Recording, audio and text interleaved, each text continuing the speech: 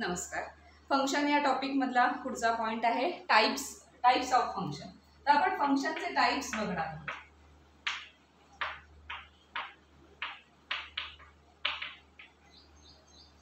जसं set theory मध्ये आपण सेटचे टाइप बघितले होते, सिंगलटन सेट, एम्प्टी सेट किंवा नल सेट म्हणतो, तशा पद्धतीने आपण फंक्शनचे टाइप्स काय काय आहेत ते बघणार आहोत.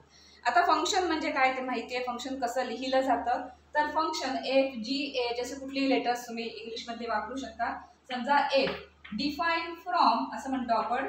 जे सेट डोमेन आणि कोडोमेन जे सेट आहेत ते, तर डोमेन आधी लिहायचं असतं, define from A to B, आणि मग त्याची डेफिनेशन लिहायची असते की कशा पद्धतीने डिफाईन केलंय. समजा की such that f x is equal to काहीतरी असं असेल की 3x-4 अशा पद्धतीने फंक्शन डिफाईन केले की फंक्शनची डेफिनेशन आहे.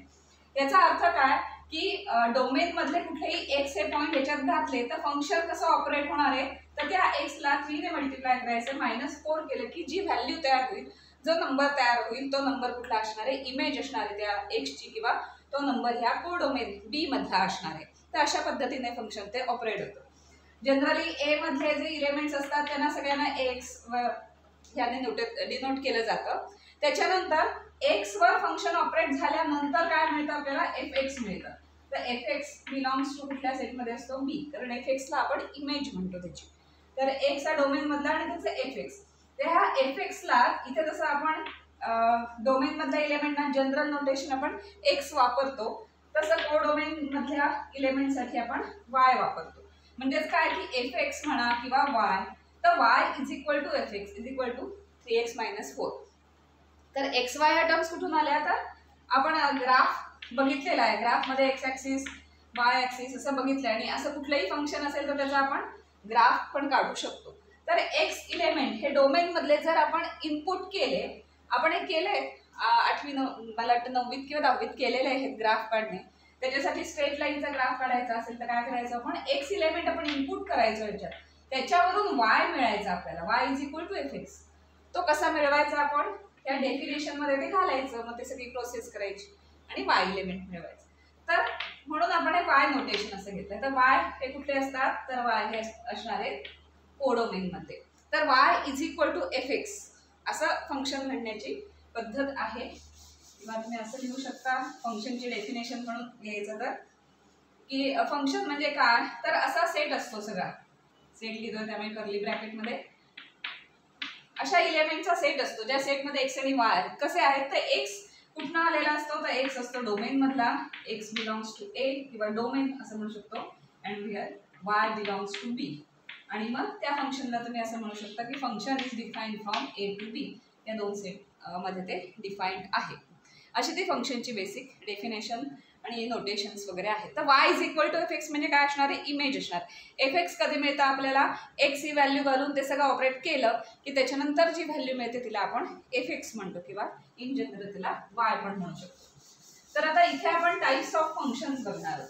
म्हणजे काय, तर फंक्शन कसं मॅप होत आहे त्यावरून त्याचे टाईप ठरतात. कशा पद्धतीने मॅप झाले तसे टाईप ठरतात. समजा function define from x to y, x हा डोमेन आहे, वाय हा कोडोमेन आहे.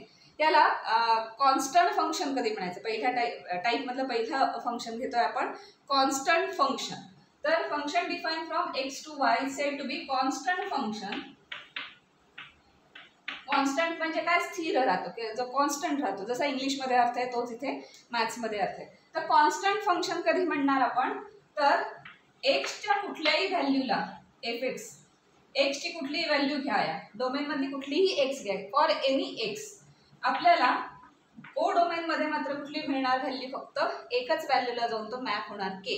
म्हणजे एक्सची 1 घेतली तरी केला, एक्सची 2 घेतली तरी केला, असं एकाच ह्याला मॅप होत असेल तर त्याला म्हणतात कॉन्स्टंट फंक्शन. पिक्टोरियल प्रेझेंटेशन बघायचं झालं तर ते असं आहे, ह्याच्यात समजा एक 10 इलेमेंट्स आहेत, 1 2 3 असं करत हे 10 इलेमेंट्स डोमेन मध्ये आहेत, आणि को डोमेन मध्ये काहीतरी आहेत 5 9 11 वगैरे.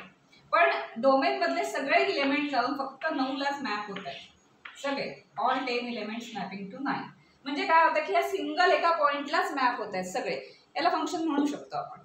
तर अशा पद्धतीने एका स्थिर संख्येला, एका कॉन्स्टंट नंबरला जर मॅप होत असेल तर त्या फंक्शनला म्हणतात कॉन्स्टंट फंक्शन.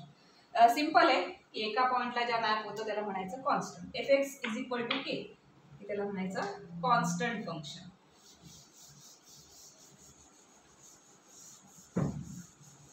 त्याच्यानंतर पुढचं आहे आयडेंटिटी फंक्शन. आयडेंटिटी आता जसं म्हटलं तसं नावात आहे तसंच त्याचा अर्थ. आयडेंटिटी म्हणजे तीच राहते, आयडेंटिटी चेंज होत नाही. जी आयडेंटिटी डोमेनमध्ये तीच कोडोमेनमध्ये पण राहते, चेंज होत नाही. अशा टाईपच्या फंक्शनला म्हणतात आयडेंटिटी फंक्शन. म्हणजेच f define from A to B such that f(x) = x, fx = y. हे जनरली नोटेशन आहे फंक्शनचं. पण fx = x याचा अर्थ काय की x ही व्हॅल्यू घातली तर उत्तर पण काय मिळणार आहे, एक्सच मिळणार आहे. कोडोमेनमध्ये त्याच नंबरला, सेम नंबरला जाऊन तो मॅप होणार आहे. असं जर असेल तर ह्या फंक्शनला म्हणतात आयडेंटिटी फंक्शन. याला म्हणायचं आयडेंटिटी फंक्शन. म्हणजे दोन सेट असतील ए आणि बी आणि इथे समजा काहीतरी 11, 12, 11, 12, 13 काहीतरी 3 नंबर आहेत आणि इथे पण 11, 12, 13, 14, 15 असे काही नंबर्स आहेत कोडोमेनमध्ये. आणि मॅपिंग कसं होतंय की इथला 11 जाऊन ह्या 11लाच मॅप होतो, इथला 12 जाऊन ह्या 12ला होतो, हा 13 जाऊन ह्या 13लाच मॅप होतोय. अशा पद्धतीने म्हणजे इथे एक्स असेल तर तो मॅप पण कसा होणार आहे, त्याच सेम एक्सलाच मॅप होणार आहे. अशा टाईपचं जर फंक्शन असेल तर त्याला म्हणतात आयडेंटिटी फंक्शन. सोपं आहे. कॉन्स्टंट फंक्शन म्हणजे एकाच पॉइंटला जाणारं. आयडेंटिटी म्हणजे सेम जे डोमेनमध्ये आहे तोच नंबर कोडोमेनमध्ये असेल तर त्याला आयडेंटिटी फंक्शन म्हणतात. पुढचा पॉइंट आहे, पुढचा टाईप आहे इव्हन फंक्शन.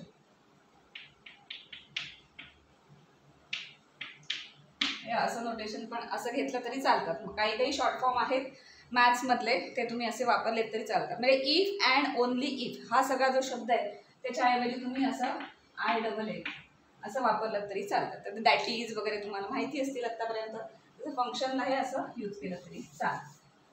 तर इव्हन फंक्शन म्हणजे काय, तर डोमेनमध्ये काहीही तुम्ही कुठलाही एलिमेंट, आता रिअल लाईन नंबर किंवा रिअल लाईन सिस्टीम मधलेच नंबर आपण वापरतो जनरल, तर त्या रिअल लाईन सिस्टीममध्ये पॉझिटिव्ह नंबर्स पण आहेत, निगेटिव्ह नंबर्स पण आहेत. आणि जसं फंक्शन असेल तसं त्याचं प्रोसेस होऊन आपल्याला कोडोमेनमध्ये कुठला नंबर मिळणार आहे हे ठरतं तिथे. समजा fxला ऑपरेट केलं म्हणजे एक्स हा पॉझिटिव्ह नंबर असताना ऑपरेट केलं आणि त्याला काहीतरी एखादं y वगैरे असं काहीतरी मिळालंय त्याचं उत्तर, समजा y हे उत्तर मिळालेलं आहे. तर f(-x) वर जर ऑपरेट केलं म्हणजे त्याचाच निगेटिव्ह नंबर घेतला, त्याच्यावर ते फंक्शन ऑपरेट केलं आणि तरी सुद्धा सेम तोच नंबर y हाच नंबर मिळत असेल, म्हणजेच काय की fx आणि f(-x) हे दोन्ही सेम असतील, या दोघांचे आउटपुट सेम असतील तर त्याला म्हणतात इव्हन फंक्शन. म्हणजे काय इव्हन फंक्शनची डेफिनेशन काय, function is said to be even function if f(x) =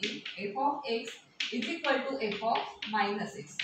याचं मिनिंग काय की पॉझिटिव्ह नंबरचा आउटकम आणि निगेटिव्ह नंबरचं पण आउटकम दोन्ही सेम असतील तर त्याला म्हणतात इव्हन फंक्शन. तर अशी फंक्शन्स आहेत का, तर आपलं x² हे फंक्शन आपण जर घेतलं, समजा डिफाईन केलं की fx = x² आणि याच्यात समजा नॅचरल नंबर्स आपण घातले आणि इंटिजर घातले तर काय होतं बघूया. f(2) हे केलं तर ह्याची काय होणार आहे, f(2) म्हणजे 2² म्हणजे आलं 4. त्याचा आउटकम किंवा त्याचा आउटपुट आलं 4 आणि ह्याच नंबरचा निगेटिव्ह नंबर घातला असेल f(-2) तर काय होणार आहे, -2चा स्क्वेअर, तो पण किती येतो +4. म्हणजे दोघांची आउटकम काय आली, सेम आली. म्हणजे हा नंबर आणि हा नंबर हे दोन्ही नंबर काय झाले, सेम झाले. fx = f(-x) पॉझिटिव्ह घाला डोमेन मधला किंवा निगेटिव्ह घाला, तोच हा सेम नंबरचा पॉझिटिव्ह किंवा निगेटिव्ह घातला तरी उत्तर जर सेम येत असेल तर त्याला म्हणायचं इव्हन फंक्शन. मग जसं इव्हन फंक्शन आहे तसंच सेम ऑड फंक्शन, ऑडमध्ये उलट होणार की fx ची व्हॅल्यू वेगळी येईल आणि f(-x) ची व्हॅल्यू वेगळी येईल तर त्याला म्हणायचं ऑड फंक्शन. मग अशी इव्हन फंक्शन आहेत का, तर आहेत. x² जसं इव्हन फंक्शन आहे तसं x4 इव्हन येईल, x8 इव्हन येईल. तर अशा टाईपची जी इव्हन इथे पॉवरवाली जी फंक्शन पॉलिनॉमियल्स आहेत ती सगळी इव्हन फंक्शनमध्ये येतील. किंवा cos x, fx = cos x हे पण इव्हन फंक्शन आहे. fx = cos x कारण का कॉस एक्स मध्ये कॉस एक्स ची पण व्हॅल्यू तीच येते आणि कॉस ऑफ मायनस एक्स ची पण सेम येते. म्हणजे कॉस एक्स ची जी व्हॅल्यू येते तीच कॉस ऑफ मायनस एक्स ची व्हॅल्यू येते. म्हणजेच एफ ऑफ एक्स आणि एफ ऑफ मायनस एक्स दोन्ही सेम येतं म्हणून त्याला इव्हन फंक्शन म्हणतात. इव्हन फंक्शन म्हणजे लक्षात आलंय, सोपं एकदम. एफ एक्स ची आणि एफ ऑफ मायनस एक्स ची व्हॅल्यू सेम येते, त्याला म्हणायचं इव्हन. आता त्याच्या उलट या दोन्ही व्हॅल्यू जर वेगळ्या आल्या तर त्याला म्हणायचं odd function. So f x आणि एफ ऑफ मायनस एक्स यांच्यामध्ये मायनसचा जर फरक असेल तर f x is equal to minus of f of minus x, म्हणजे एका साईनचा जर डिफरन्स असेल तर त्याला म्हणायचं ऑड फंक्शन. बरोबर, म्हणजे थोडक्यात काय, एफ एक्स आणि एफ ऑफ मायनस एक्स या दोन्ही सेम नाही आहेत. एफ एक्स आणि f x is not equal to f of minus x, कारण का एफ एक्स कशाच्या बरोबर आहे, minus of f of minus x. आता अशा टाईपचे ऑड फंक्शन्स आहेत का. आता आपण एक्स क्यूब हे फंक्शन घेतलं, सपोज समजा f x is equal to x cube आणि इंटिजर्स घालून बघूया आणि मग एफ एक्सची व्हॅल्यू काय येते आणि एफ ऑफ मायनस एक्सची काय येते. ती जर सेम आली तर त्याला इव्हन फंक्शन म्हणायचं, वेगवेगळ्या आल्या तर त्याला ऑड फंक्शन म्हणायचं. फक्त साईनचा फरक असतो, नंबर तोच आहे, फक्त साईन अपोजिट आहे. म्हणजे एफ ऑफ 3 हे घेतलं तर किती येणार, 3 म्हणजे आलं ते +27. एफ ऑफ 3 आलं +27 आणि एफ ऑफ -3 काढायचं झालं तर -3 क्यूब. आता आपल्याला माहिती आहे हे ऑड असेल तर साईन निगेटिव्ह राहतं आणि -27 हे आन्सर आहे. म्हणजे एकाचं आलं +27, एकाचं आलं -27. म्हणजे ह्या दोघांमध्ये काय डिफरन्स आहे, फक्त एका साईनचा डिफरन्स आहे. तो साईनचा डिफरन्स अशा पद्धतीने असेल एफ एक्स आणि एफ ऑफ मायनस एक्स, तर त्याला म्हणतात ऑड फंक्शन. हे झालं ऑड फंक्शन. लक्षात आलंय इव्हन फंक्शन म्हणजे काय आणि ऑड फंक्शन. मग ऑड फंक्शन कोणती आहेत तर साइन एक्स आहे, कारण साईनचं पॉझिटिव्हची व्हॅल्यू वेगळी येते आणि निगेटिव्हची व्हॅल्यू येते. शिवाय ऑड पॉवर असणारे कुठली अशा टाईपची सिंगल अशी पॉलिनॉमियल घेतली तर त्याचंही सगळ्याचं काय होणार, तेही काय असणार, सगळे ऑड. म्हणजे x⁵5 घेतलं तरीही असंच होणार, साईनचा डिफरन्स येणार आहे. त्यामुळे ती सगळी काय असणार आहेत, ऑड फंक्शन्स असणार आहेत. त्याच्या पुढचे आतापर्यंत आपण वापरलेले टाईप म्हणजे काय तर एक्सपोनेन्शियल फंक्शन. एक्सपोनेन्शियल फंक्शन तुम्ही कदाचित 10वी पर्यंत यूज केलं असेल. पुढचा टाईप आहे फंक्शनच्या टाईप मधला एक्सपोनेन्शियल फंक्शन.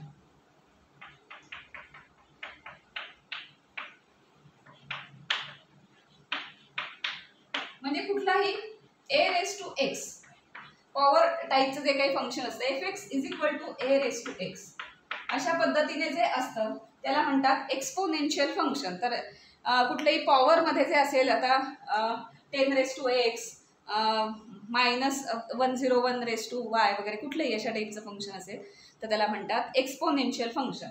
ही फंक्शन पण कधी कधी यूज केले तर ह्याच्या पुढे तुम्हाला म्हणजे 11वी 12वी किंवा त्याच्याही पुढे BSc ला वगैरे ते तुम्हाला जास्त करून येतील एक्सपोनेन्शियल फंक्शन. त्याच्या पुढे आणखीन कदाचित तुम्हाला 10वीला झालं असेल लॉगॅरिथमिक फंक्शन असं म्हणतात त्याला, किंवा 11वीला येते तुम्हाला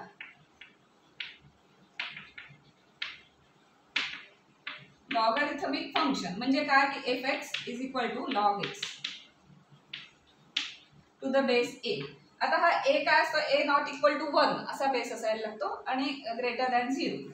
तर f x is equal to log x मात्र काय आहे की पॉझिटिव्ह रिअल नंबर्सवर फक्त हे ऑपरेट होतो. म्हणजे ह्याचा डोमेन पूर्ण रिअल लाईन नाही घेता येत, निगेटिव्ह नंबरचे लॉग नाही काढता येत. ठीक आहे, आपण फक्त पॉझिटिव्ह नंबरचे लॉग काढू शकतो. तर पॉझिटिव्ह नंबरचे त्यामुळे ह्याचा जो डोमेन आहे तो पूर्ण रिअल लाईन येत नाही, तर रिअल लाईनचा पॉझिटिव्ह भाग येतो आणि तो डिनोट कसा केला जातो, पॉझिटिव्ह रिअल नंबर. आपल्याला माहिती आहे रिअल लाईन कशी आपण डिनोट करतो की ही आर फॉर रिअल लाईन आणि त्याचा पॉझिटिव्ह भाग म्हणजे फक्त R+. तर ह्या लॉग फंक्शनसाठी डोमेन असतो R+, म्हणजे सगळे पॉझिटिव्ह रिअल नंबर्स तुम्ही ह्याच्यासाठी वापरू शकता. त्याच्या पुढे आणखीन एक टाईप आहे कंपोजिट फंक्शन्स.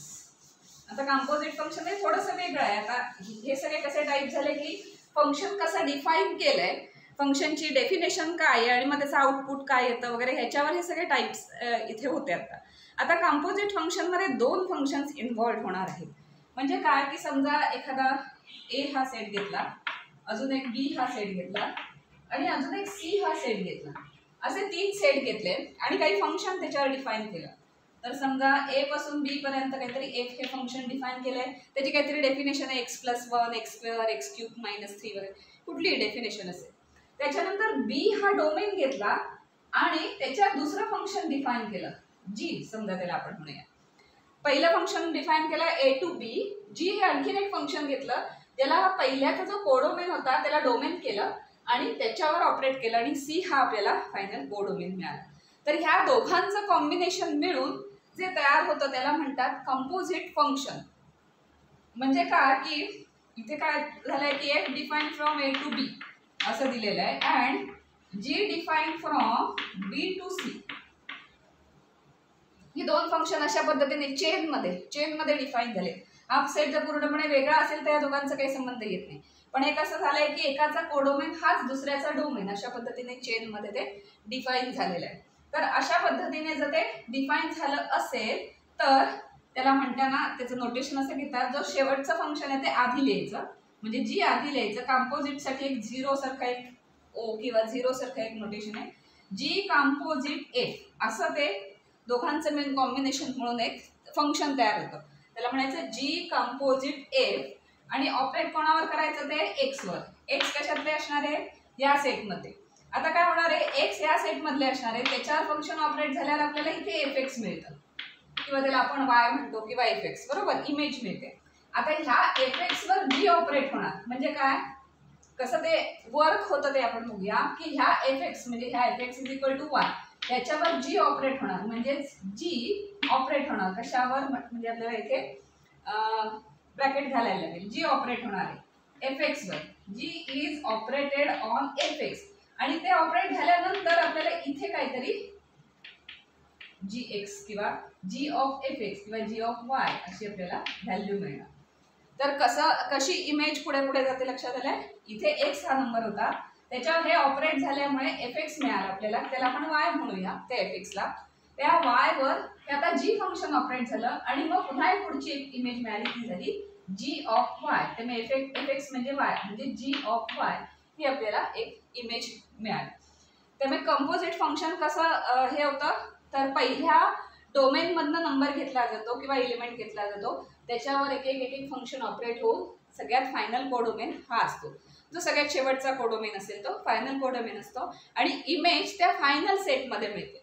तर अशी चेन तुम्ही किती जणांची करू शकता, तर किती तुम्ही सेट्स एका मागोमागे करत तुम्ही चेन करून ते घेऊ शकता. कंपोजिट फंक्शन थोडंसं वेगळं, थोडंसं ट्रिकी आहे. त्याच्यावरची आपण एक्झाम्पल्स वगैरे सॉल्व्ह केली की ते जास्त हाताखाली बसेल म्हणतो तसं. कारण इथून इथे जाणार आहे, त्याच्यानंतर इथली इमेज इथून इथे जाणार आहे, अशा पद्धतीने ते ऑपरेट होतं. सोपं आहे तसं की हा इलेमेंट डायरेक्ट आपल्याला कुठे मिळतो इमेज म्हणून, तर फायनल कोडोमेनमध्ये तिथे मिळतो. आणि लिहिताना कसं लिहायचं की सगळ्यात शेवटचं फंक्शन आधी अलीकडे लिहायचं, मग कंपोजिटचं हे साईन आहे असं गोल हे लिहायचं f x. G composite f operated on कशावर, तर पहिल्या डोमेनवर, म्हणजे एक्स पहिल्या डोमेन मधला इलेमेंट आहे त्याच्यावर ऑपरेट झालं की आपल्याला काय मिळणार आहे, जी वाय. ही जी वायला आपण आणखीन काहीतरी झेड वगैरे असं म्हणू शकतो. तर ते झेड हा element g y is equal to समजा झेड हा इलेमेंट आपल्याला फायनल मिळणार. तर अशा पद्धतीने ते ऑपरेट होतं. तर ह्याला म्हणतात कंपोजिट फंक्शन. तर हे झाले फंक्शनचे टाईप्स. त्याच्यानंतर थोडीफार आपण एक्झाम्पल्स बघणार आहोत. म्हणजे फंक्शन अल्जेब्राइक फंक्शन दिलेलं असेल तर डोमेन काढता येतो का आपल्याला, त्याची रेंज ठरवता येते का वगैरे, असं थोडंसं आपल्याला बघायचं आहे.